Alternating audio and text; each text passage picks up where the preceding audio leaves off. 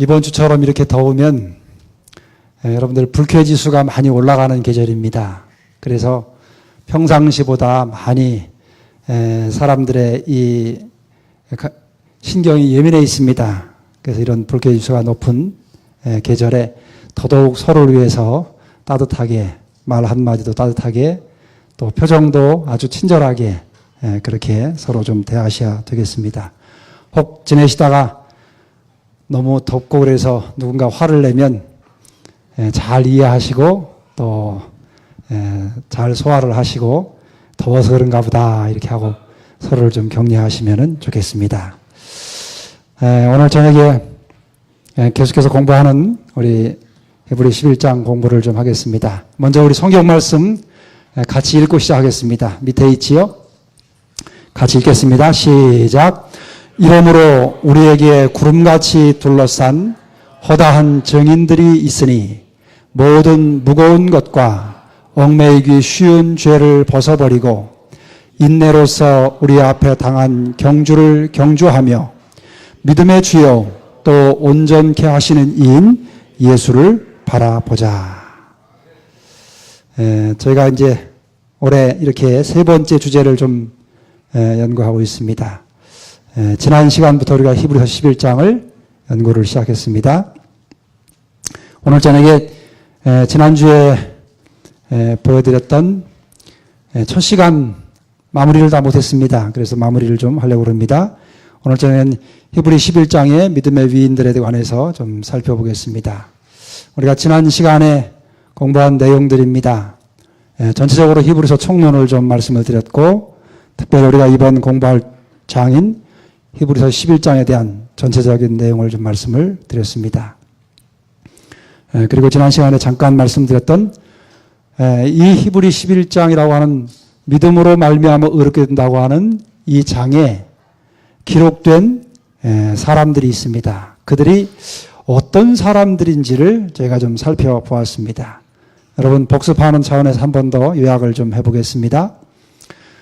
우리는 지금 이 기록된 성경을 가지고 성경에 기록된 인물들을 읽고 살핍니다.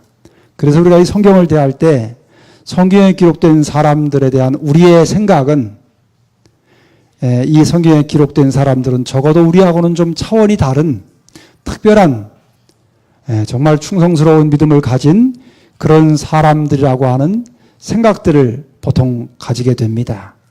그것이 어느 정도의 부분에서는 틀린 내용은 아니지만 그러나 그것이 전체가 아니라고 하는 것이지요.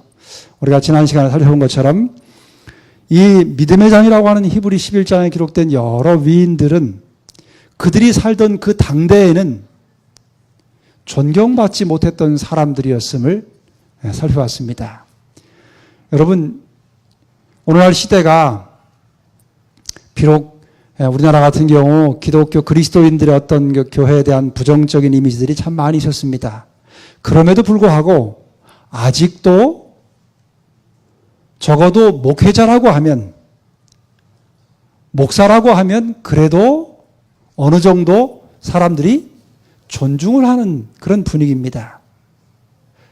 그에 비해서 히브리 11장에 나오는 이 믿음의 사람들이라고 하는 사람들은 그들이 살던 시대에 오늘날의 목회자 정도보다도 못한, 오히려 정말 어떤 면으로는 존경은커녕 손가락질과 비난을 받았던 그런 부류에 속했던 사람들임을 우리가 기억할 필요가 있습니다. 그래서 오늘날 우리보다도 훨씬 더 못한 그런 사회적인 어떤 제약이나 어려움 가운데서 그들이 믿음을 지켰던 사람들임을 우리가 생각해 보는 것이 필요하겠습니다. 그리고 그들은 그들 스스로 우리가 생각하는 이 히브리 11장에 나오는 대단한 믿음의 사람들처럼 그들 자신을 그렇게 생각하지 않았다고 하는 것입니다.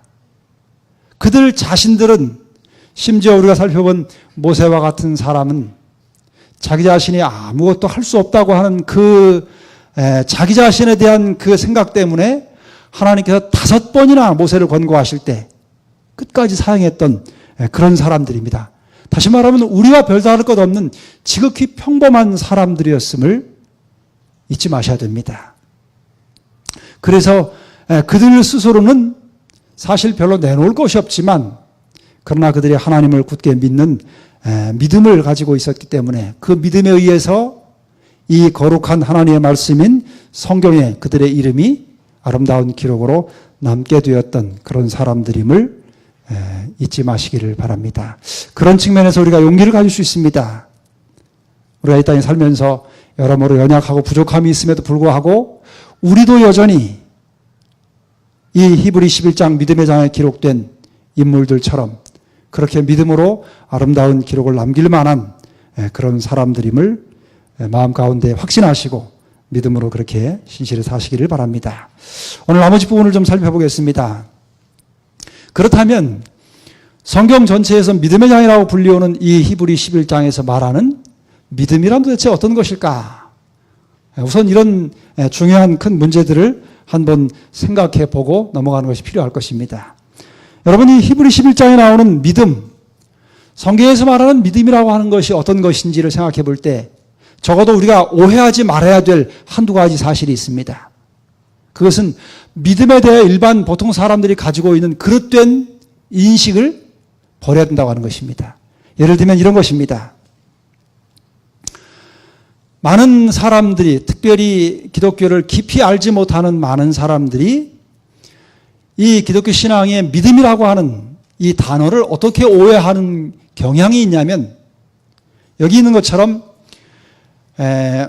무엇이든지 하면 된다라고 하는 그런 자기 자신을 신뢰하거나 자기 자신의 어떤 의지를 붙잡는, 다시 말하면 인간적인 신념을 믿음으로 오해하는 경향이 없지 않아 있다고 하는 것입니다.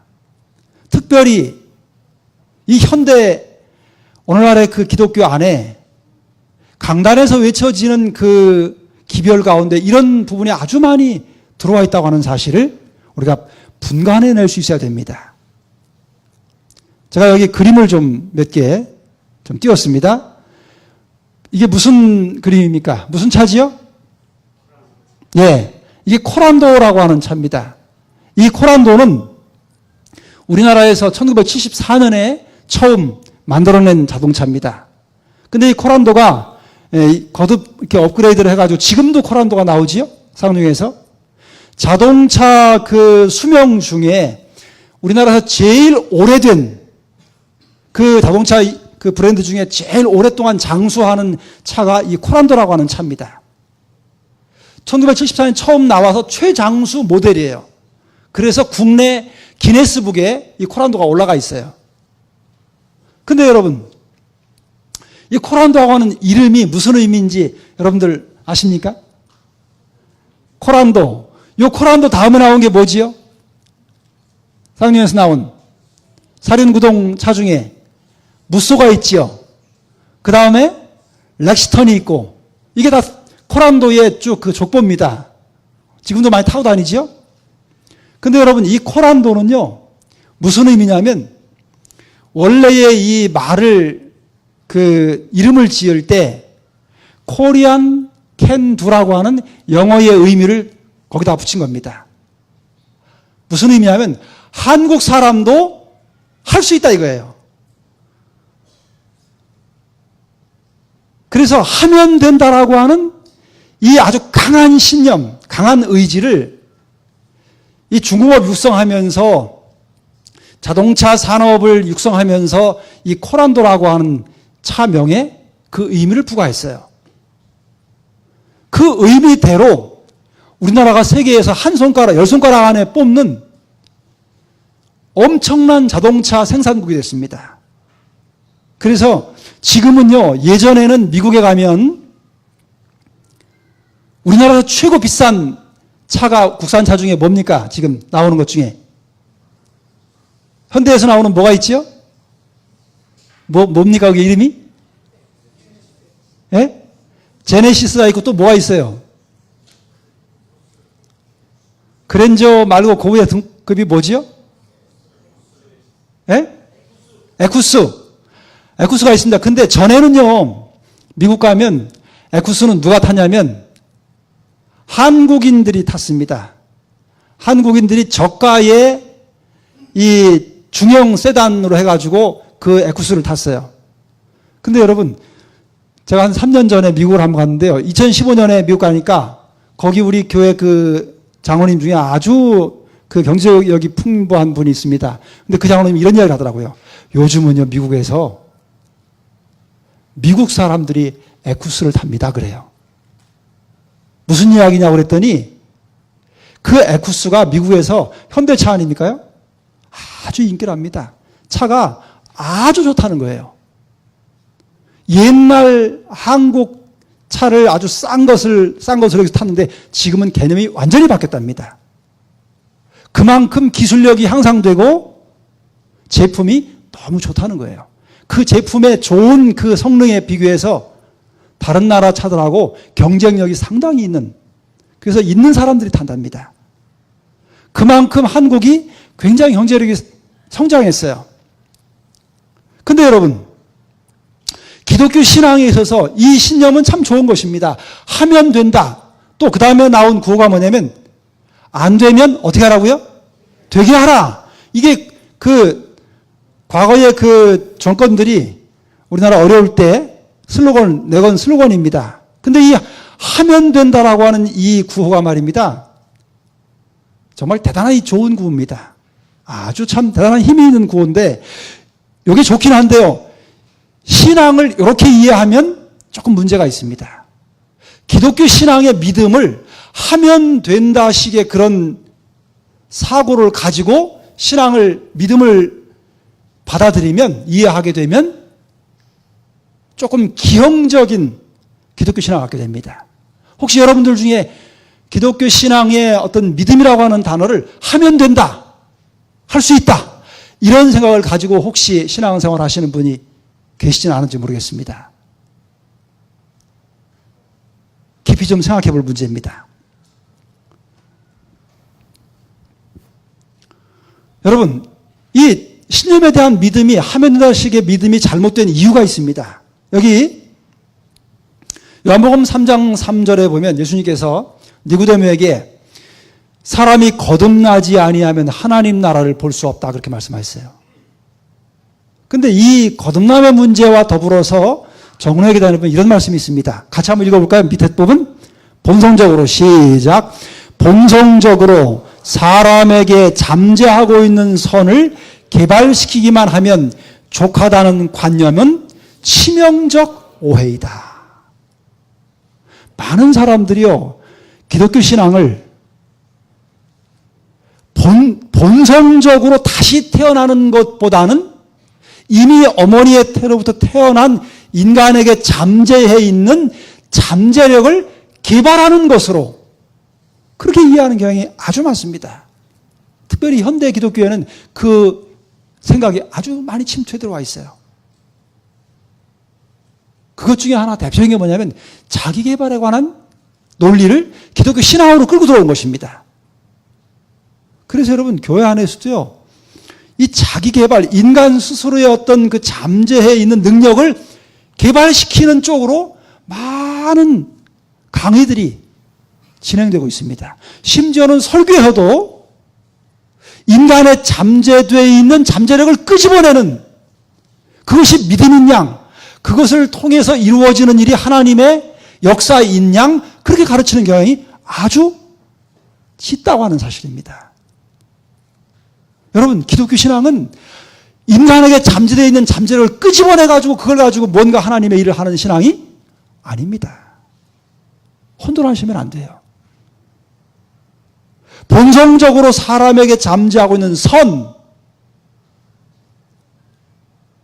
성선설이라고 보통 가르치지요. 선을 개발시키기만 하면 된다고 하는 이 관념하고 성경에서 가르치는 신앙하고는 다른 차원입니다. 다른 속성이에요. 근데 이것을 혼동해서 이것이 마치 하면 된다는 신념을 가지고 기독교 신앙을 하려고 하는 그런 의지를, 인간의 의지를 가지고 신앙을 하려고 하는 그런 잘못된 믿음을 가지고 있는 현대인들이 많다고 하는 사실입니다. 이것은 여러분, 히브리 11장에 나오는 믿음의 사람들이 가졌던 믿음이 아닙니다. 그들은 이런 관념을 가지고 신앙하는 사람들이 아니에요. 그러면 본장에서 말하는 성경적인 믿음은 어떻게 이해하면 좋을까? 그 믿음의 정의를 여러 말로 표현할 수 있어요. 아주 다양하게 그 내용을, 의미를 살려낼 수 있습니다. 그런데 여러분, 그 모든 것들을 다 포괄해서 우리가 한 가지 기준점을 세우는 것이 필요합니다. 그게 뭐냐면요, 성경에서 말하는 믿음은 그 대상에 따라서 참된 기독교 신앙의 믿음일 수도 있고 그렇지 않을 수도 있습니다. 믿는 대상이 성경적인 믿음인지 아닌지를 결정짓는 중요한 기준점이 됩니다. 여기 여러분, 제가 성경 몇 절을 좀 적었습니다. 마가복음 1장 15절에 같이 읽습니다. 시작. 가라사대 때가 찼고 하나님 나라가 가까웠으니 회개하고 복음을 믿으라 하시더라. 예수님이 하신 말씀이지요. 그 다음에 마가복음 11장 20절에 예수께서 대답하여 저희에게 이르시되 하나님을 믿으라. 그렇게 말씀하십니다. 요한복음 4장 21절 예수께서 가라사대 여자여 내 말을 믿으라. 같은 요한복음 12장 36절에 너희에게 아직 빛이 있을 동안에 빛을 믿으라. 그리하면 빛의 아들이 되리라. 8장 12절 예수께서 또 일러 가라사대 때 나는 세상의 빛이니 나를 따르는 자는 어두움에 다니지 아니하고 생명의 빛을 얻으리라.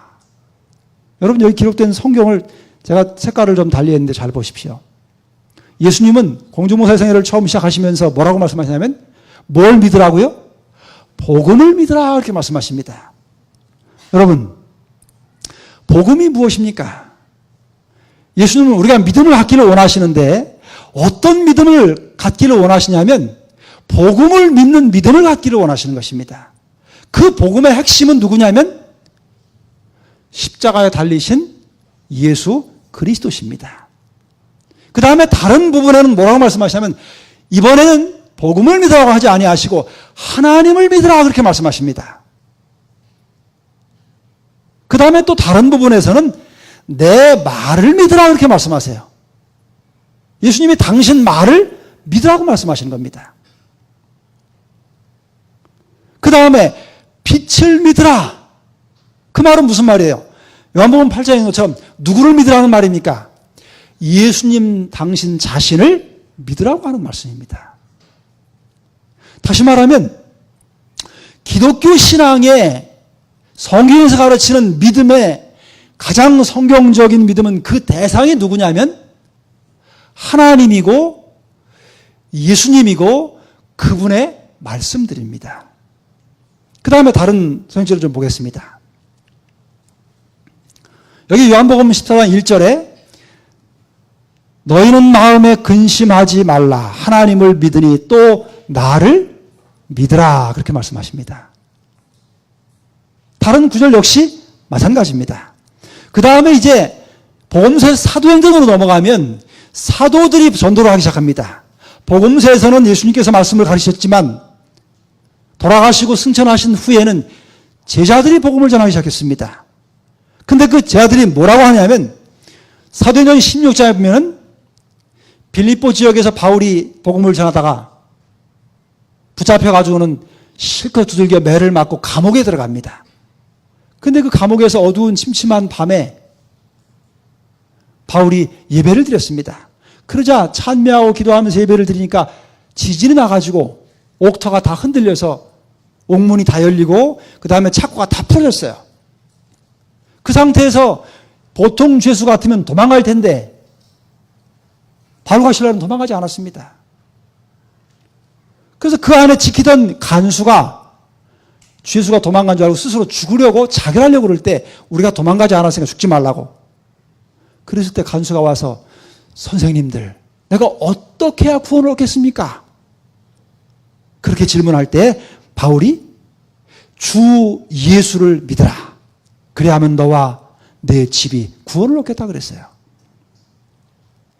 여러분, 성경에서 가르치는 성경적인 믿음의 가장 중요한 기준점은 그 믿음의 대상이 인간 자신의 생각이나 의지나 또는 눈에 보이는 이 땅의 어떤 세력이나 대상이 아니라 하나님을 믿는 것을 의미합니다. 그것이 참된 성경적인 믿음입니다.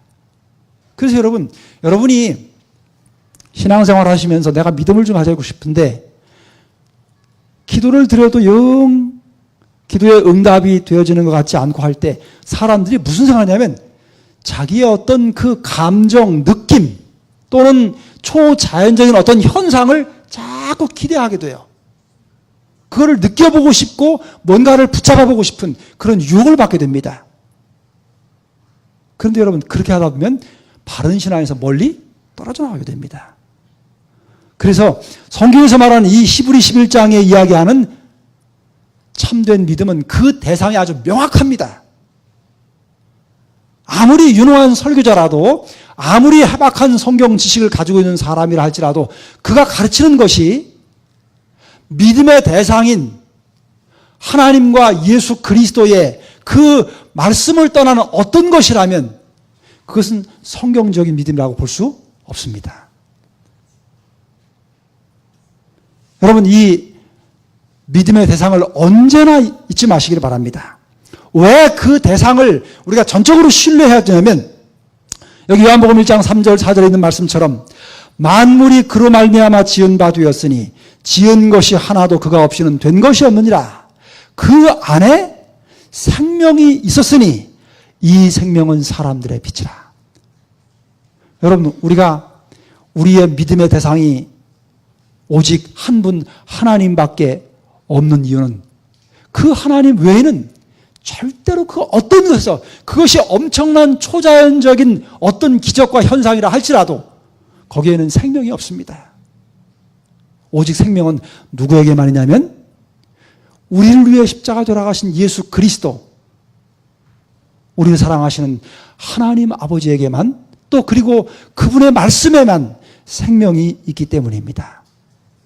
여러분의 믿음의 대상이 명확하게 분명히 여러분의 신앙생활에 분명해져야 됩니다. 그리고 그 대상을 믿을 수밖에 없는, 믿어야만 되는 분명한 이유를 잊지 마시게 되기를 간절히 바랍니다. 또 하나 비성경적인 믿음의 실체는 이런 겁니다. 여러분 많은 사람들이 기독교 신앙을 어떤 식으로 받아들이겠냐면 마치 샤머니즘적인 여타 다른 비기독교적인 그런 생각을 가지고 교회는 다니지만 하나님의 이름은 부르지만 그 관념 속에 그들의 생각 속에 성경에서 가르치는 바른 믿음이 아닌 일반적으로 다른 종교에서 가지고 있는 그런 관념을 가지고 교회를 다닐 수 있습니다. 그 대표적인 게 뭐냐면 기복신앙입니다. 교회 가서 헌금 많이 하고 봉사 많이 하고 헌신 많이 하면 그것 때문에 복을 많이 받는다. 이 생각이 생각 외로 많은 그리스도인들이 이런 사고를 가지고 신앙을 하고 있다고 하는 것입니다. 그래서 마치 불교 신자가 말입니다. 1년 내에 한 번도 절에 가지 않지만 4월 초팔 되면 봉투에 두둑히 넣어가지고 갔다가 뭐 해요? 한 번 시주를 해요. 사업하는 분들 몇 천만 원씩 갖다가 한 번에 줍니다. 그러면서 그 갖다 주는 마음이 뭐냐면 부처님에게 이렇게 한번 크게 시주했으니까 내 사업 좀 잘 되게 좀 해달라고 하는 그런 마음으로 갖다가 시주합니다. 근데 기독교 신앙도 그렇게 하는 사람들이 있을 수 있습니다. 그렇게 하면서 그냥 하는 게 아니에요. 성경적인 근거를 가지고 제시합니다. 예를 들면 요한삼서 1장 2절에 사랑하는 자여 내 영혼이 잘됨 같이 내가 범사에 잘되고 강건하기를 내가 간구하노라. 하나님의 말씀입니다. 하나님께서 우리가 정말 잘되고 형통하게 되기를 진정으로 원하시는 분이십니다. 그 다음에 구약 같은 데 보면 신명기 28장에 내가 들어와도 복을 받고 나가도 복을 받을 것이라. 이런 축복에 대한 약속들이 있습니다. 그 약속을 근거로 해서 약속은 하나님의 말씀인데 마음은 기독교 신앙이 아닌 일반 다른 비기독교적인 그런 신앙에 대한 개념을 가지고 그렇게 신앙을 하는 경우가 있습니다. 근데 여러분, 이것을 무조건적인 그런 믿음이라고 보통 표현할 수 있습니다. 근데 여러분, 기독교 신앙의 믿음은 대단히 조건적입니다. 조건적이라고 하는 말을 언뜻 들으면 사람들이 굉장히 부정적으로 이해하는데, 여러분, 기독교 신앙은 대단히 조건적입니다. 그것을 신학적인 용어로 말하면 언약이라고 그래요. 약속이라고 그러는데 일반적으로 이야기하면 조건적이라는 말입니다. 예를 들면 여기 소개한 성경절 중에 신명기 18장 같은 경우는 내가 들어와도 나가도 복을 주겠다, 복을 받을 것이다, 그런 말씀이에요. 근데 이것만 딱 보면 그렇습니다. 근데 하나님의 말씀을 충분히 검토하면 여기에 조건이 있습니다. 여기 보십시오. 내가 내 하나님 여호와의 말씀을 삼가 듣고 내가 오늘날 내게 명하는 그 모든 명령을 지켜 뭐하면? 행하면 내 하나님 여호와께서 너를 세계의 모든 민족 위에 뛰어나게 하실 것이라. 내가 내 하나님 여호와의 말씀을 뭐하면? 순종하면 이 모든 복이 내게 임하며 내게 미치리니 성읍에서도 복을 받고 들에서도 복을 받을 것이며 내 몸의 소생과 내 토지의 소산과 내 짐승의 새끼와 내 우양의 새끼가 복을 받을 것이며 내 광주리와 떡반죽 그릇이 복을 받을 것이며 내가 들어와도 복을 받고 나가도 복을 받을 것이니라. 여러분, 이 앞부분을 싹둑 잘라내고 뒷부분만 딱 갖다 들이대면 그게 맞는 것 같아요. 근데 여러분, 하나님 말씀을 처음부터 잘 보면 그게 아닙니다. 신명기 28장은 모세가 마지막 가나안 들어가기 전에 이스라엘 백성들에게 마지막 유언을 한 그런 설교 내용을 적어놓은 내용입니다. 그때 모세가 아주 이스라엘 백성들에게 간곡히 당부를 합니다. 그게 뭐냐면 너희가 40년 동안 이 광야를 헤매지 않았느냐? 너희가 여호와 하나님의 말씀을 잘 듣고 그 명하시는 말씀을 지켜서 행하면 하나님께서 복을 주실 것이다. 조건적입니다. 하나님의 말씀을 너희가 잘 순종하면 들어가도 나가도 복을 받을 것이다. 여러분, 기독교 신앙이 무조건적인 그런 신앙이 아님을 잊지 마시기 바랍니다. 제가 한 가지 질문을 좀 드리겠습니다. 자, 그리스도인과 비그리스도인의 차이점이 뭐가 있을까요? 그리스도인과 믿는 사람과 불신자하고 차이점이 뭐가 있을까요? 제일 큰 차이점이 뭘까요? 흔히 이렇게 대답할 수 있을 겁니다. 믿는 사람은 믿음이 있고 믿지 않는 사람은 믿음이 없습니다. 이렇게 말할 수 있겠지요. 근데 여러분, 그 말이 언뜻 들으면 맞는 말인 것 같아요. 근데 곰곰이 생각하면 그게 맞는 말이 아닙니다. 믿는 사람만, 그리스도 교회 다니는 하나님 믿는 사람만 믿음이 있습니까? 믿지 않는 사람 믿음이 없어요? 어떻게 생각하십니까? 믿음이 없는 게 아니에요. 믿음이 똑같이 있습니다. 근데 대상이 달라요. 하나님을 믿는 사람은 누구를 믿어요? 하나님을 믿지만 하나님을 믿지 않는 사람은 뭘 믿어요? 제일 많이 믿는 게 뭐예요? 호주머니에 두둑한 뭐 믿어요? 돈 믿잖아요, 돈. 돈 좀 포켓에 몇백만 원, 몇천만 원 딱 넣고 있으면 마음 든든해요, 든든하지 않아요? 아, 어디 가도 꿀릴 거 없지요? 뭐 믿는 거예요? 돈을 믿는 거예요. 아이고, 우리 아버지가 뭐, 예를 들면 대통령이에요. 그러면 겁날 건 뭐 있어요? 누구 믿는 거예요? 아빠를 믿는 거예요. 예. 불신자가 믿음이 없다고 생각하면 오해입니다. 믿음이 다 있습니다. 다른 차이는 믿는 대상이 다른 거예요. 그게 차이입니다.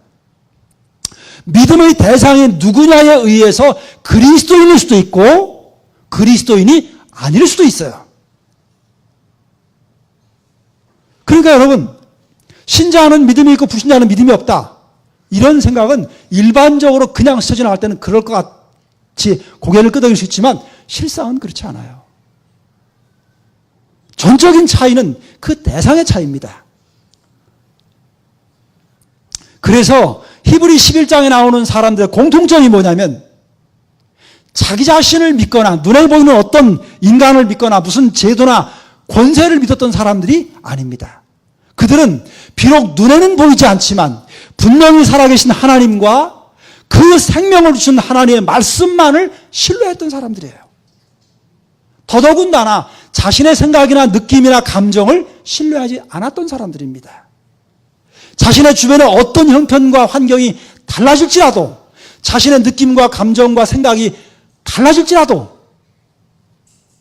변함이 없으신 하나님, 언제나 영원한 생명의 근원이 되시는 하나님의 말씀만을 전적으로 믿음의 대상으로 여겼던 사람들이 히브리 11장에 나오는 믿음의 사람들의 그들이 가졌던 특징입니다.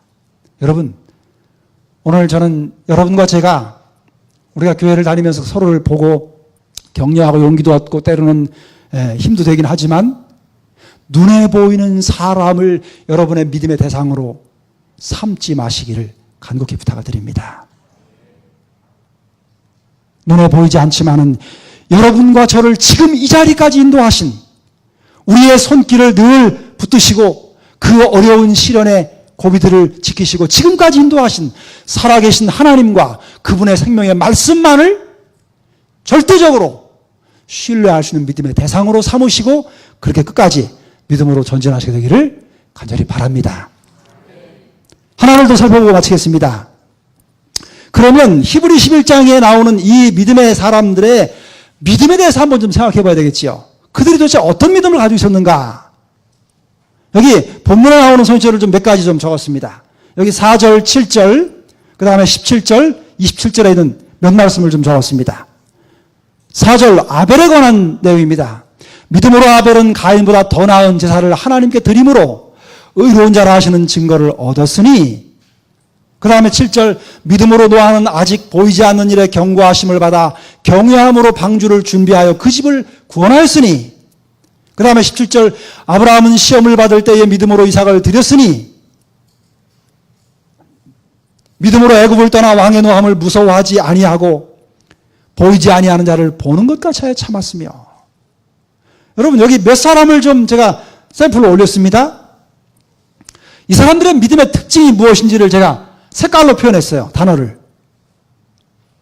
여기 아벨은 제사를 드렸다고 그러고, 노아는 방주를 준비했다고 그러고, 아브라함은 그 아들 이삭을 하나님께 드렸다고 하고, 또 모세는 믿음으로 애굽을 떠났다고 그렇게 기록하고 있습니다.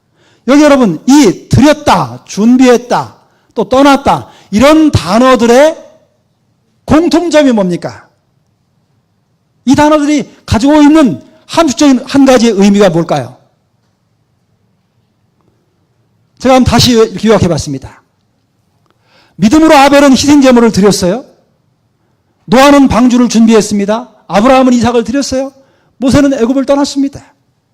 이 지금 빨간 글씨로 두 번째 표시한 단어들은 다 동사입니다.